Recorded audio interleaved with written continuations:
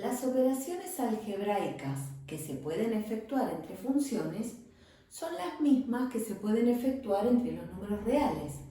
Es decir, se puede hacer la suma, la resta o diferencia, el producto y también el cociente. Pero para poder efectuar estas operaciones debe cumplirse una condición muy importante. Sean las funciones f definida en el dominio A1 y con codominio en el conjunto de los reales, y g definida en el dominio A2 y codominio en el conjunto de los reales, tales que se cumple que la intersección entre el dominio de f y el dominio de g es no vacía, entonces se definen la función suma, llamada f más g, con su dominio en la intersección entre los dominios de f y g y su codominio en el conjunto de los reales, tal que f más g aplicada a x es igual que f de x más g de x. La función resta o diferencia que identificamos con f menos g, que tiene su dominio en la intersección entre los dominios de f y g y su codominio en el conjunto de los reales, tal que la función f menos g aplicada a x es igual a f de x menos g de x. La función producto f por g con su dominio en la intersección entre el dominio de f y el de g y su codominio en el conjunto de los números reales, tal que f por g de x es igual a f de x por g de x. Y la función cociente f sobre g con su dominio A3 y su codominio en el conjunto de los números reales, tal que f sobre g de x es igual al cociente de f de x dividido g de x. Aclaremos que A3 es la intersección entre los dominios de f y g menos el conjunto de los x que hacen que g de x, que trabaja como denominador, sea igual a 0.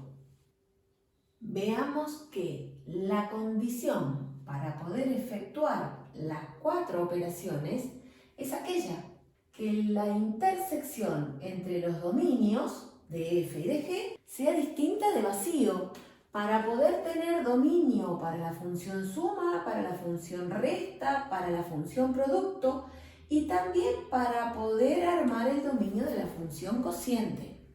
Por lo tanto, para obtener las funciones a partir de estas operaciones, lo primero que hay que buscar es la intersección entre los dominios de las funciones de partida. Si esa intersección es distinta de vacío, entonces buscaremos la ley de la función que nos interesa en ese momento. Vale aclarar también que en este caso, para la definición, se tomaron 2 funciones, pero puede hacerse, por supuesto, la suma de más de 2 funciones cumpliendo los mismos requisitos. Habrá que hacer la intersección entre los dominios de todas las funciones que se sumen, lo mismo para la resta y lo mismo para el producto. Veamos este ejemplo para resaltar la importancia de la condición de la que estuvimos hablando recién. A partir de las funciones f y g, cuyas leyes son f de x igual a raíz cuadrada de x menos 1 y g de x igual a raíz cuadrada de menos 4 menos x, se pide obtener, si es posible, las funciones f más g, f menos g, f por g, f dividido g y sus dominios. Si nosotros empezáramos buscando la ley de cada una de esas 4 operaciones, deberíamos para la suma sumar las 2 raíces cuadradas, para la resta restarlas. En esos 2 casos no podemos mejorar la expresión que nos queda porque no podríamos aplicar propiedad asociativa. en una suma o en una resta para la raíz cuadrada, pero sí podríamos hacerlo cuando planteamos el producto. Entonces podríamos aplicar propiedad asociativa bajo la raíz cuadrada y probablemente después podríamos hasta aplicar propiedad distributiva bajo esa raíz cuadrada, obteniendo una expresión cuadrática. Para la división podríamos también aplicar propiedad asociativa de la raíz cuadrada y obtener las leyes que correspondan a cada una de esas 4 operaciones. Sin embargo, si tomamos en cuenta la condición que se debe cumplir para que existan estas operaciones entre la función f y la función g, tenemos que plantear la intersección entre el dominio de f y el dominio de g. Por ahora no conocemos cuáles son esos dominios, pero son sencillos de averiguar. Veamos, el dominio de la función f, que es raíz cuadrada de x menos 1, será el conjunto de todos los x pertenecientes a los reales, tal que cumplen la condición de que esa operación se puede llevar a cabo. Es decir, lo que aparece debajo de la raíz cuadrada, en este caso la expresión x menos 1, debe ser mayor o igual a 0. Al resolver esa inecuación, que es muy sencilla, obtenemos el dominio como el conjunto de todos los x mayores o iguales a 1. Si lo escribimos con formato de intervalo, nos quedará el intervalo cerrado desde 1 a más infinito. De un modo similar, vamos a pensar para plantear el dominio de G. Este dominio es el conjunto de los x pertenecientes a los reales, tal que permiten que esta operación de la función g se puede llevar a cabo. Como es una raíz cuadrada, pensamos similar al caso anterior. La expresión que aparece bajo la raíz cuadrada, menos 4 menos x, debe ser un número no negativo, es decir, mayor o igual a 0. Si resolvemos esa inecuación, x termina siendo menor o igual que menos 4.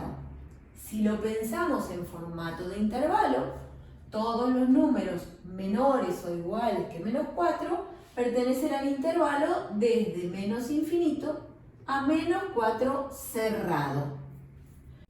Conociendo ya quiénes son los elementos de estos dos conjuntos, que son los dominios de f y de g, vamos a plantear la intersección entre ellos y la podemos ver directamente sobre la recta real.